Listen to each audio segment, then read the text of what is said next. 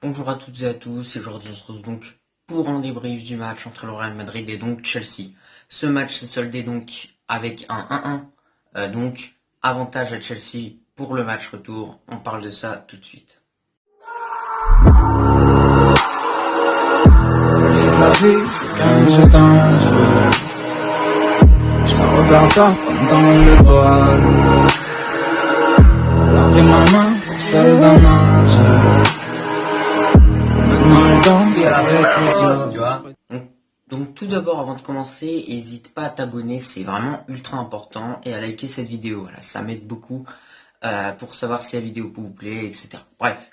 Du coup, pour commencer, dans le contexte, on a deux équipes qui vont plutôt bien, même si le Real était sur 2 matchs nuls consécutifs et Chelsea ressortait d'une belle victoire 1-0 sur un but de Werner contre West Ham en Première Ligue dans un match capital pour la course à la Champions League en Première Ligue. Donc voilà.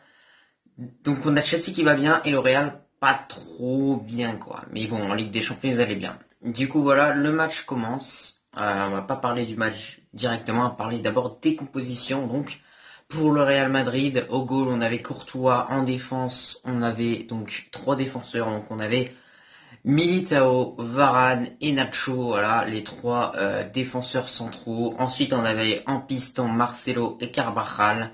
Au milieu de terrain, la triplette qu'on connaît tous, Casemiro, Modric et Kroos. Et en attaque, Vinicius, Benzema. Donc voilà pour la composition du Real. Pour celle de Chelsea, voilà, au goal il y avait donc Edouard Mendy, défense Christensen, Thiago Silva et je sais plus comment il s'appelle l'autre, Rudiger. Au milieu de terrain, il y avait Jorginho, je crois, il y avait Kanté et Mount. Après il y avait Werner. Et etc.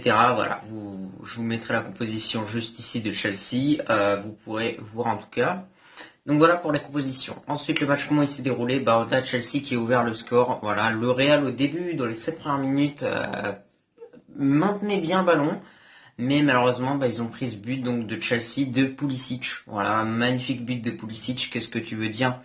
Ce but, je l'en veux à une seule personne, c'est la défense du Real en général, voilà, parce qu'il n'y a pas eu de couverture réellement. Et quand tu joues à trois défenseurs comme ça, souvent t'as 2 défenseurs qui sont un petit peu devant et t'en as un qui est vraiment un dernier, le pilier quoi. Et là, on l'a pas vu. Et je crois que c'était Nacho. Nacho était derrière et du coup, Nacho, voilà, Pulisic contrôle la balle. Nacho va directement dans le but. Je me dis, mais pourquoi il sort pas dessus? Enfin, il fait pas confiance à Courtois. Courtois se fait dribbler. Pulisic passe avec assez de réussite. Voilà, hein. Et Pulisic marque. Varane a failli la sortir, mais Pulisic marque bien. Ensuite, le Real décide de réagir en attaquant. Et sur un espèce de cafouille à l'espèce de corner, une reprise de malade. Benzema il vient scotcher clairement Mendy au but avec une reprise de fou. Et donc 1-1.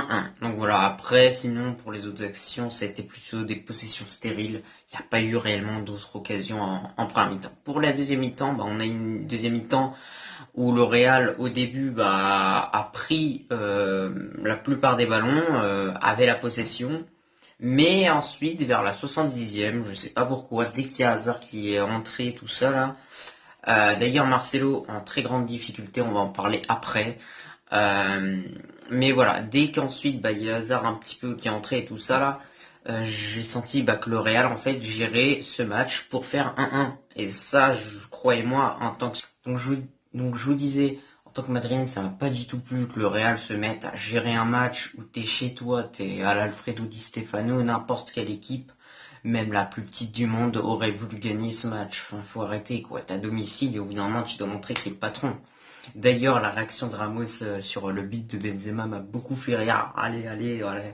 Montrer qu'il n'y a pas de supporters malheureusement et que c'est dur. Voilà, c'est dur et franchement c'est un match dur que je pensais dur. Voilà, après pour le déroulement du match, vers la fin de la deuxième mi-temps, il n'y a pas eu réellement d'occasion des deux côtés. Après, le Real a eu quelques occasions, même une tête de Casemiro, même un peu loupé. Et Ramos, d'ailleurs, sur le côté, fait quoi? Il fait mais là, il est au fond. Voilà, le spécialiste en la matière de la tête n'était pas là. Donc voilà, pour ce match. Maintenant, on va parler un peu surtout le global, ce qu'il faut dire en fait, retenir tout simplement de ce match. Déjà, ce qu'il faut retenir, c'est que en fait, on avait deux défenses qui étaient très très fortes et deux attaques qui n'étaient pas non plus les plus tranchantes. Enfin, on va être honnête avec soi. Werner loupe beaucoup d'occasions. Chelsea, ils n'ont pas la meilleure attaque. Le Real aussi. Alors, on aime dire à Benzema. Oui, mais il n'y a que Benzema en attaque au Real. Et donc voilà. Moi, après, sur les compositions, je pense que la plus grosse erreur de Zidane, c'est d'avoir mis Marcelo titulaire. Voilà, parce que Marcelo, clairement, on voit que même en Liga, c'est compliqué pour lui. Et que voilà, c'est très compliqué pour lui en Liga.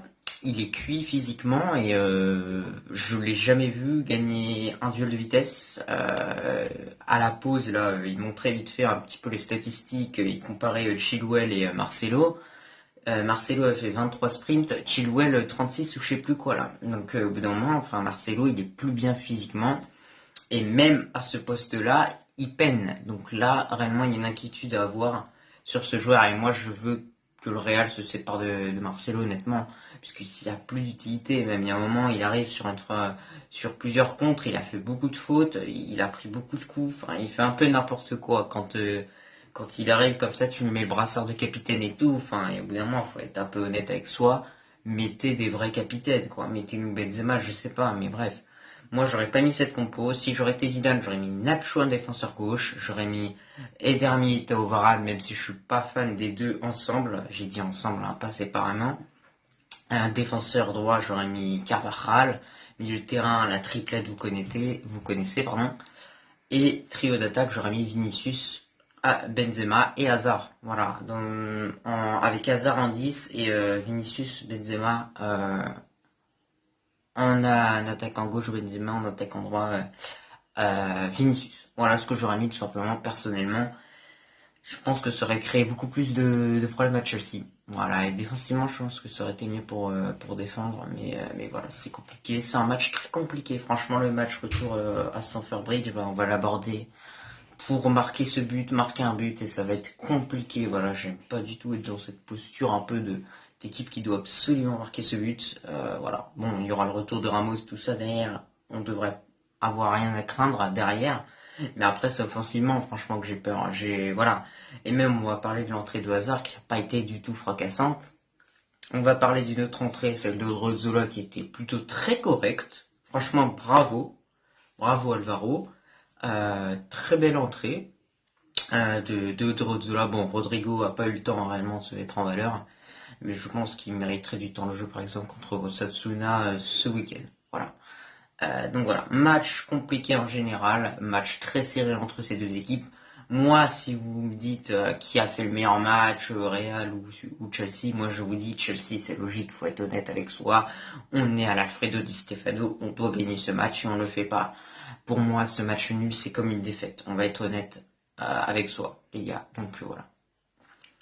Sur ce, j'espère que cette vidéo vous a plu. Voilà, moi en tout cas, j'ai pris du plaisir à la faire. Et sur ce, je vous dis à la prochaine.